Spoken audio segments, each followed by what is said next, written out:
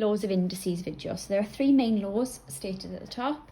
You've got x to the power a multiplied by x to the power b, and that implies you're adding your powers. If it's a dividing, it implies you're taking away your powers. And then if they're next to each other in brackets, it implies you're timesing your powers. And I'll show you a couple of examples with this. That's the best way. So if you have a look at the first one, I've got a to the power 3 times by a to the power 6. So 3 plus 6 is going to give me 9. So it's a to the power of 9. Have a look at the next one. It's a dividing question. The big 2 is like having a letter, so that's going to stay the same. And then 5 take away 2 is going to leave me with 3. So it's just 2 with a little 3 next to it. Brackets mean I'm timesing them together. 3 times 2 is going to give me 6. Anything to the power 0 is 1. And you don't need to worry about why. You just need to accept that that is 1. Dividing, then taking away your powers. 6 take away 7 is going to leave us with minus 1. Okay. Question 6 then, multiplying your powers means you're adding them together. So it's G, 4 plus 12 is going to give me 16. Next one, that's like having an invisible 1 there. We just don't have to write it. So 1 plus 3 is going to give me 7 to the power of 4. Next one, the 4 is going to stay as it is at the moment. And then 5 times 2 is going to give me 10. So it's 4 to the power of 10.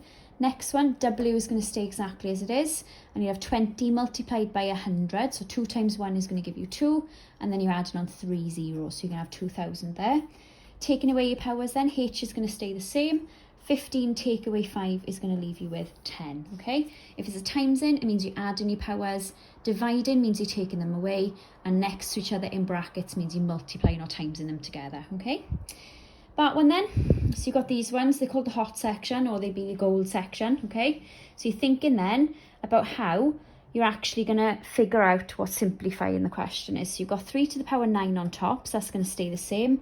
Multiplying your powers, you're going to have 3 to the power of 7. Now you've actually got to divide. So 9 take away 7 is going to give you 2, so it's 3 to the power of 2, okay? Let's do another one. So you're thinking then, 5 and 5, so that's going to stay the same on the top. 4 plus the little 5 is going to give you 9. And then it's over 5 with the little 5 because you're adding the 2 and the 3 together. Then 9 take away 5 is going to leave you with 4. Okay, so it's 5 with a little 4 next to it. Same principle, sort out the top first. So you're going to have 6 to the power of 9 divided by 6 to the power of 3. Don't forget that's an invisible 1. And then you do your divide at the end. 9 take away 3 is going to give you 6. So 6 to the power of 6. Bottom one looks more complicated than it actually is. Do your big numbers first. So 24 divided by 6 is going to give you 4. Then think about your x's. 8 take away 3 is going to give you 5. Then think about your y's. 4 take away 5 is going to leave you with minus 1, negative 1. Okay, we do the same over here. We need to be careful this time though because I've got a timesing on the top, okay? So I'm going to work that bit out first, I think. So 15 times 3 is going to give me a large number of 45. Then I've got A, and I've got 2 there and 2 there, so that gives me 4 in total. And then B, I've just got those 3 there, I haven't got any more. So that's what I've got on the top once I've sorted that timesing bit out. And it's all dividing by 9a cubed b squared. Think about now sorting your big numbers out. So 45 divided by 9 is 5. A, 4 take away 3 is just 1.